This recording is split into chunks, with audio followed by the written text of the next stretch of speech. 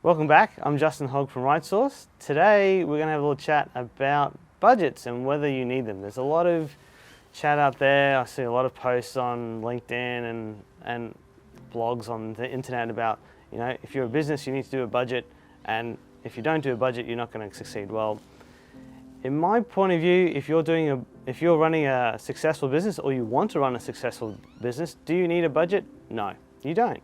There's a lot of businesses that I've come across that are successful businesses that really don't have a budgeting process, they don't put numbers on a spreadsheet, they don't do anything like that, and yet they're still successful. What is it that a budget process brings that's useful? Or why do people say you need to do a budget?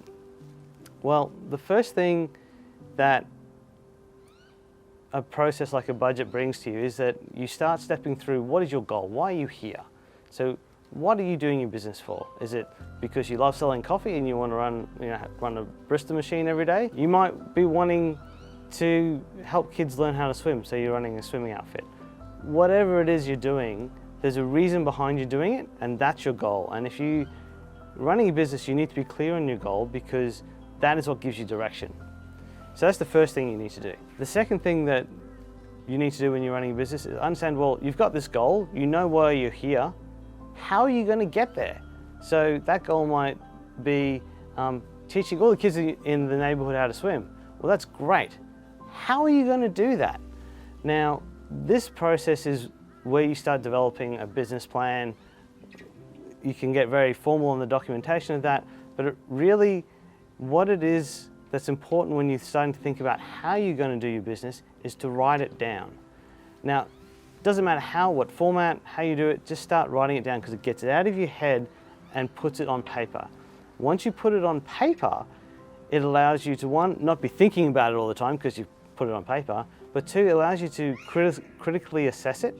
So when something's down on paper, you can review it, you can come back to it in a week or two, have a look at it and go, have I missed anything, or is there something else? And as you continue doing that process and the iteration of looking at it, it'll allow you to dive deeper into the how.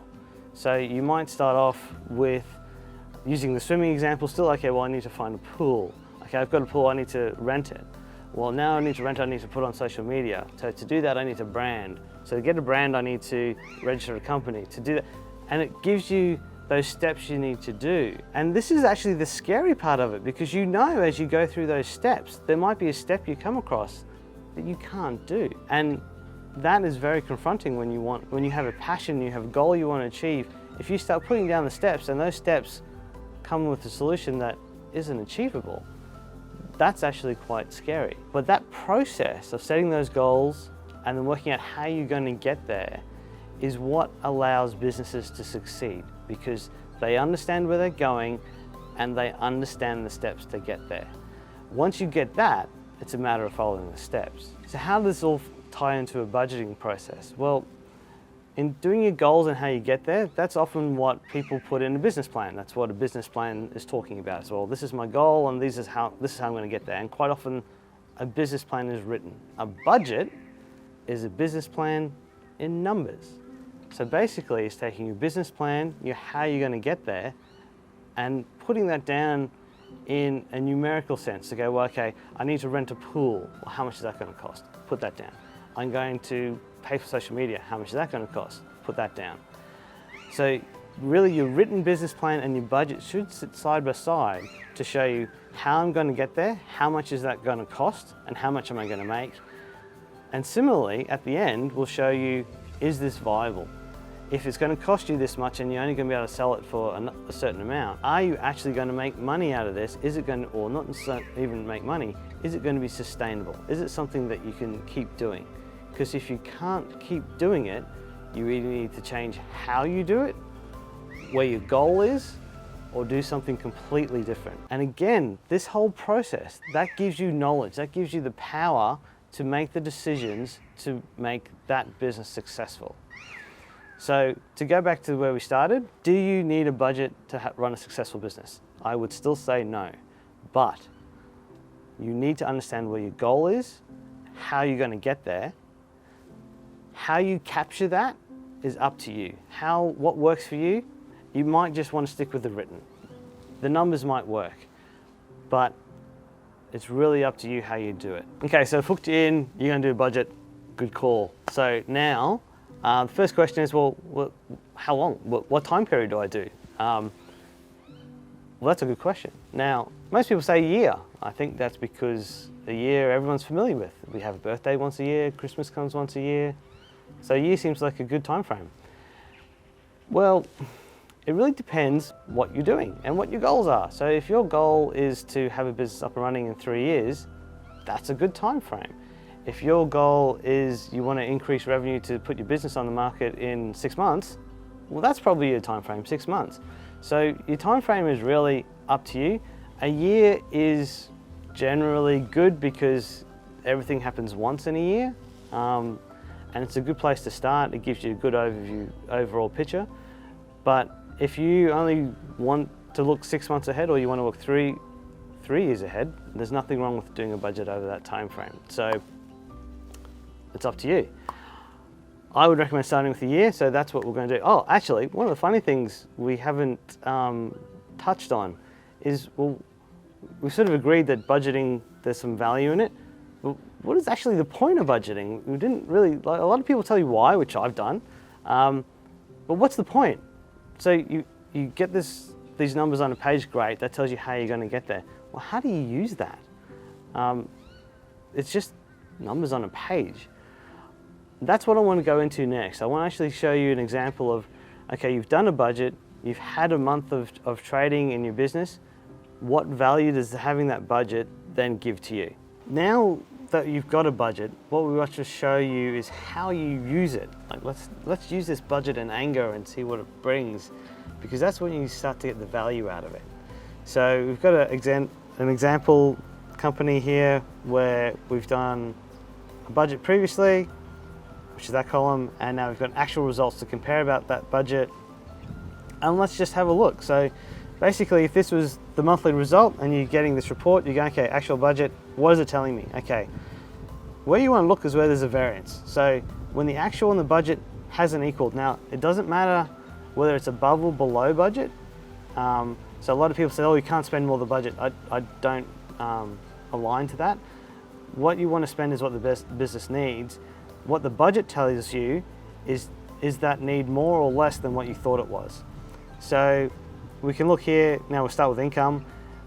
Consulting is a little low, sales is higher than budgeted. Now, what that asks you is, well, why? So as the CEO or the owner running the business, why has that happened? So sales might be, well, you know, we did a campaign in 2 months ago, and that actually finally took, and people started seeing us as the preferred supplier. So that's lifted our sales. Whatever it is, that gives you a bit of understanding of what's going on. When you then look at your expenses, so advertising is up, so that advertising that you're spending is what's driving those sales. So you're starting to say, well, okay, we spent $500 more on advertising and we've got 15,000 more in sales. Well, let's keep doing that. And that allows you to adjust your course as well. The other variances, then just you go through the variances. Computers was down, okay, well, 15,000. Well, now you go back to your budget sheet and go, why were we spending $15,000? Oh, because we had to get some new laptops to allow our staff to perform more effectively, and that's what we're planning to do. We didn't do that. We forgot. Well, now that allows you to go back and correct that, or let's get on to that. Insurance, why is there no insurance in there? It's actual zero. Well, that's a concern. It allows you to go and ask the question and say, has someone forgot to pay our insurance? Because you want to make sure that's done now, rather than in 6 months' time when you've got a claim and they say, oh, sorry, we can't pay because you haven't paid your insurance premium. Legal expenses, well, hopefully you know what they're for. Again, it's just getting you to spend some time going, what's going on in the business and have I missed anything? Subscriptions are a little high. Is there some more packages you signed on to? Does that feed into your advertising? Or is there something else you're doing? Or is there just something else you didn't expect? And the last one there is wages is a little high. So have you put more staff on? Or has there been some more overtime? What's going on? So basically, in going through that quick snapshot of your actuals and your budget, it's taken a couple of minutes, but all of a sudden it's given you a couple of really key insights into your business. You know, your sales have increased because of some social marketing. You've got some IT stuff to take care of to help your efficiency of staff, which you haven't done. Someone's got to pay that insurance to make sure the business is protected, and we've paid a little bit more to our staff. Are we running efficiently, or are we overstaffing ourselves? There's some really good questions that you can go back, look at your business, ask the people working in your business, understand what's going on, and either readjust if it needs to be readjusted and set your business on the right course, or even come back to your business plan and adjust, well, we can now achieve more. We're going to either get to our goal sooner, or we're even going to change our goal. And that's basically, in a snapshot, what you should be using your budget for. All that work, all that planning about putting numbers on a page, that's not the value. This is the value. Having a signpost to understand each month where you're going. Okay, so we've just gone through, I've shown you how a budget helps give you that understanding of where your business is at and those cool things you need to look at each month to make sure it's still on track. So that's really the value of the budget, is that giving you direction and making sure you're moving towards your goal, and that every month you are starting to chip away at that goal and moving closer with every step you take. So to conclude the budgeting piece, no, you don't need a budget to run a successful business, but it's the same as when you travel. You don't need a map when you travel either, but if you have a map with you, you're more likely to reach your destination. So if you like this week's video, feel free to subscribe. If you've got any questions, feel free to chuck them down below and I'll happily get back to you on those. Also, if you subscribe, there's lots of cool stuff you can get, but let's not worry about those this week. Let's just more about the questions. I really want to hear what is stopping you budgeting and what other areas you could get that would help you. And over the next 3 weeks, we're going to do a couple of examples of how you can put your budget together, looking at your cash flow forecasting, and for those who do bids and projects, how you can create a budget for that project that will give you more transparency on the impact it will have on your business.